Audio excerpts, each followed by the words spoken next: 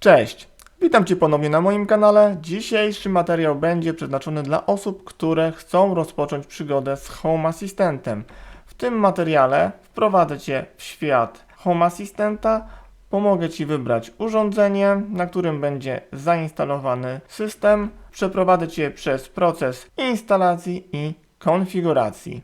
Chodząc po sklepach czy przeglądając internet, jesteśmy bombardowani hasłami bądź smart, niech Twój dom będzie inteligentny, smart home i rzeczywiście jest wiele marek, które mają własne systemy zamknięte. Jedyną rzeczą, którą mają wspólne ze sobą jest protokół.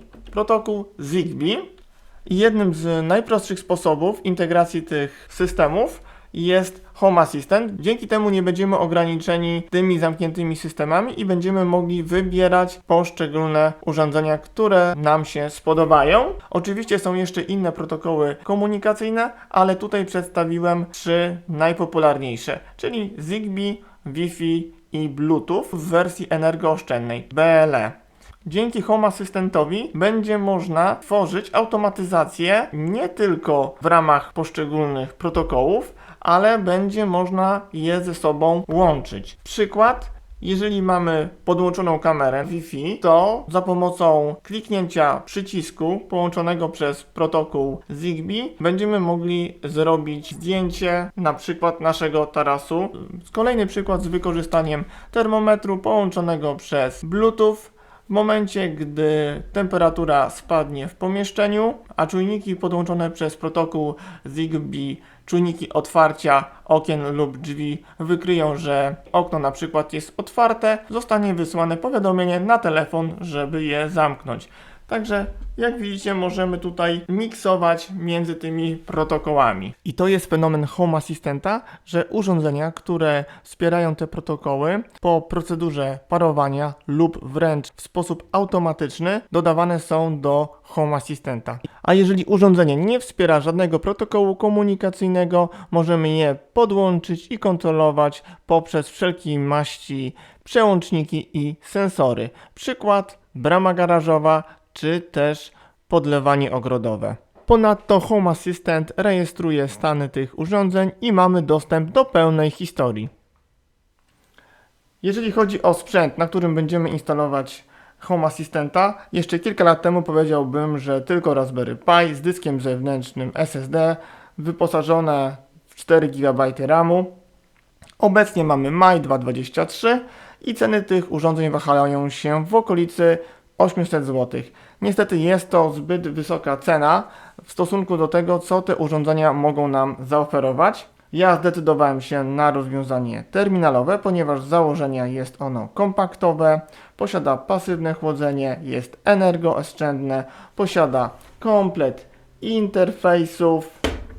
Ponadto możemy ingerować w konfigurację sprzętową, możemy dodać dysk twardy zarówno przez interfejs SATA, jak i mSATA. Możemy rozszerzyć pamięć RAM. Jeżeli chodzi o konfigurację, to podobne podzespoły oferują wszyscy producenci sprzętu, takich rozwiązań terminalowych, czyli HP, Dell, czy jak tutaj Fujitsu. Ja zdecydowałem się na Fujitsu 920 Futro, z tego względu, że ma ażurową obudowę i wyposażona jest we wtyczkę, która nie posiada dodatkowego pinu zabezpieczającego, dzięki czemu w łatwy sposób będę mógł podłączyć tą jednostkę do zasilacza buforowego. Oczywiście zasilacz buforowy najczęściej ma 12V, ale możemy zastosować przetwornicę Step Up, która nam powiększy zasilanie z 12V do 19. Dzięki czemu zaoszczędzę na dodatkowym UPS-ie.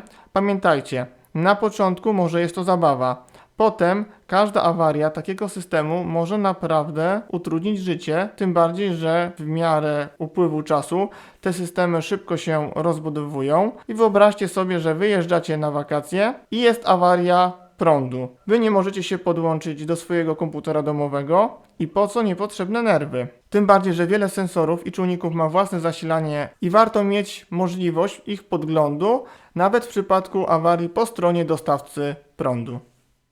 Urządzenie kupiłem na Allegro za kwotę 250 zł. W komplecie otrzymałem 8 GB RAMu i musiałem dokupić dysk twardy mSATA 120 GB za 60 zł i oczywiście jest to sprzęt używany za łączną kwotę 310 zł, ale biorąc pod uwagę, że Raspberry Pi kosztuje 800 zł i trzeba dokupić obudowę dysku twardego i sam dysk twardy, myślę, że jest to bardzo dobra cena. Przejdę teraz do instalacji. Home Assistanta można zainstalować na kilka sposobów. Najszybszym i najłatwiejszym, którego znam, jest użycie wirtualizatora. W tym przypadku jest to Proxmox. Wirtualizatory umożliwiają uruchomienie kilku wirtualnych maszyn w ramach jednej maszyny fizycznej, a najszybszym sposobem jest pobranie gotowego obrazu wirtualnej maszyny z zainstalowanym Home Assistentem. Aby zainstalować Proxmoxa, należy pobrać jego obraz, stworzyć pendrive'a bootowalnego i zainstalować jak zwykły system. Do tego celu użyję Berlina Etcher. Jest to flasher, którego pobiorę ze strony producenta.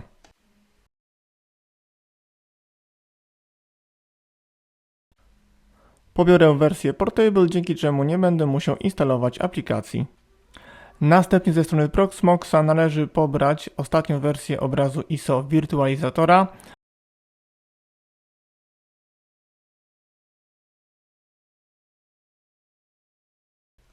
Ja ten obraz już pobrałem, także mogę przejść od razu do flashowania.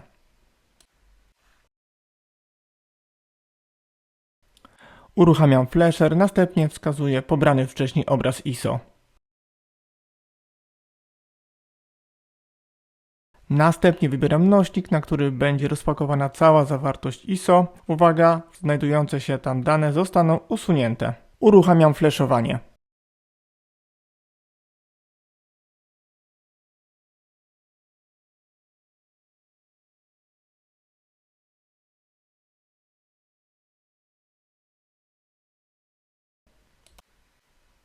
Podłączam pendrive do terminala i uruchamiam go. Przechodzę do BIOSu. W przypadku terminali Fujitsu należy podczas uruchamiania przyciskać klawisz Delayed. Następnie przechodzę do zakładki Boot i upewniam się, że mój pendrive jest na pierwszym miejscu w kolejce do bootowania. Przechodzę do zakładki Power i ustawiam, żeby terminal zawsze uruchamiał się po przywróceniu zasilania. Zapisuję i ponownie uruchamiam terminal. Terminal zbootował się z pendrive'a i uruchomił instalator.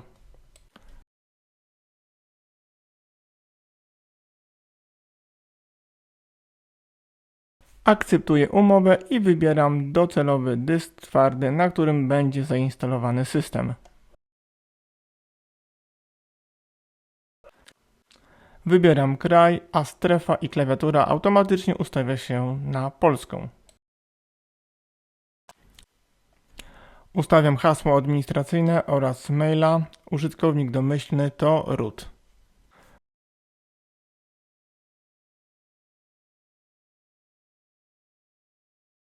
Konfiguruję ustawienia sieciowe.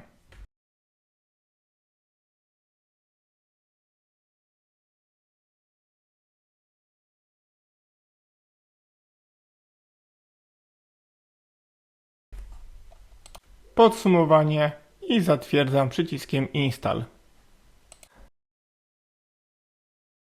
System zaczął się instalować.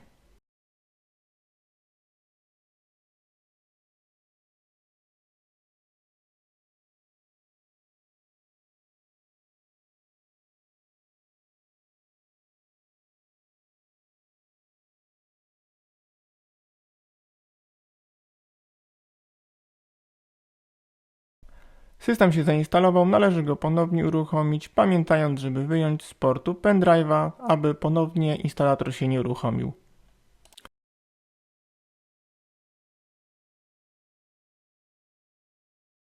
Wirtualizator się uruchomił, spróbuję zalogować się na roota. Mamy tu również informację o adresie URL, który możemy wkleić do przeglądarki i uruchomić warstwę graficzną.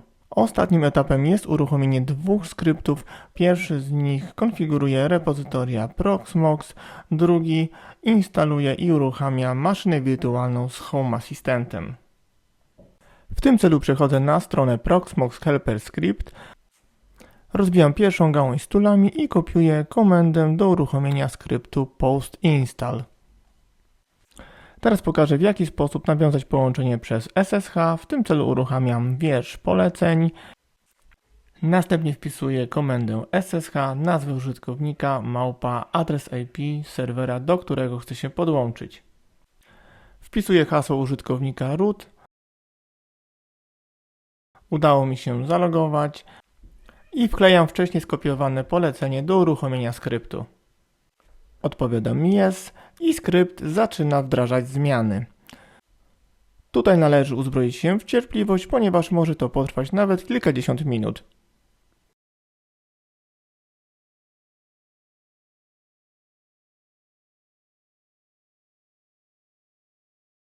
Po zakończeniu pracy skryptu wyrażam zgodę na ponowne uruchomienie serwera. Następnie wracam na stronę, przechodzę do sekcji Home Assistant, rozwijam narzędzie Home Assistant OS VM i kopiuję polecenie. Wklejam je do wiersza poleceń i zatwierdzam. Na wszystkie pytania odpowiadam jest. Zostaje wyświetlona domyślna konfiguracja wirtualnej maszyny, którą oczywiście potem będziemy mogli zmienić i skrypt zaczyna pobierać obraz.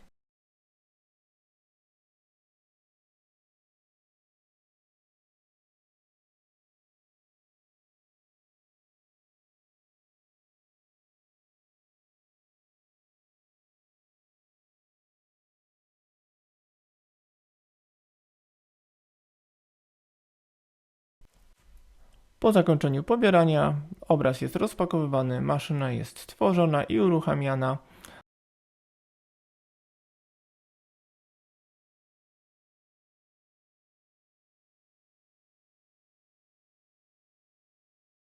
A jeżeli jest wszystko dobrze, na końcu mamy informację o sukcesie. Teraz mogę zalogować się do Proxmoxa przez przeglądarkę, pamiętając, że usługa została uruchomiona na porcie 8006. Wpisuję domyślnego użytkownika root i hasło, które wcześniej utworzyłem. Po poprawnym zalogowaniu pojawił się panel główny Proxmoxa. Rozwijam listę wirtualnych maszyn i podwójnym kliknięciem w maszynę z zainstalowanym Home Assistentem otwieram zdalny pulpit. Mamy tutaj podstawowe informacje na temat Home Assistenta, czyli jego wersja i na jakim porcie został uruchomiony. W tym przypadku jest to domyślny port 8123. Aby odczytać adres IP, wracam do głównego okna, sprawdzam, czy mam zaznaczoną prawidłową wirtualną maszynę i z okna podsumowanie odczytuję adres IP. To 192.168.8.172. Mając adres IP i port, mogę zalogować się do Home Assistenta. Jest to pierwsze logowanie, dlatego Home Assistant prosi o utworzenie pierwszego użytkownika z uprawnieniami administracyjnymi. Uzupełniam nazwę użytkownika, hasło i zatwierdzam.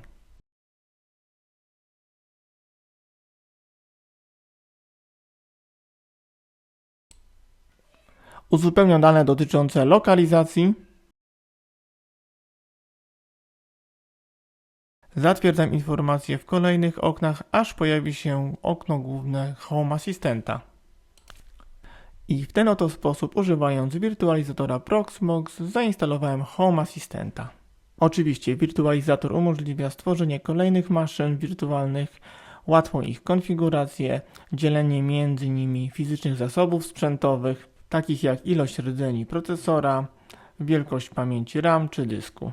A co najważniejsze, w momencie, gdy będziecie zmieniać sprzęt, czyli na przykład ten terminal, wystarczy wyeksportować wybrane maszyny wirtualne i zaimportować na nowym sprzęcie z zainstalowanym Proxmoxem. Na końcu chciałbym podziękować za uwagę, za to, że dotarłeś do końca tego filmu. Mam nadzieję, że materiał się spodobał, że przekonałem Cię do tej formy instalacji Home Assistenta. Jeszcze raz bardzo dziękuję, do usłyszenia, cześć!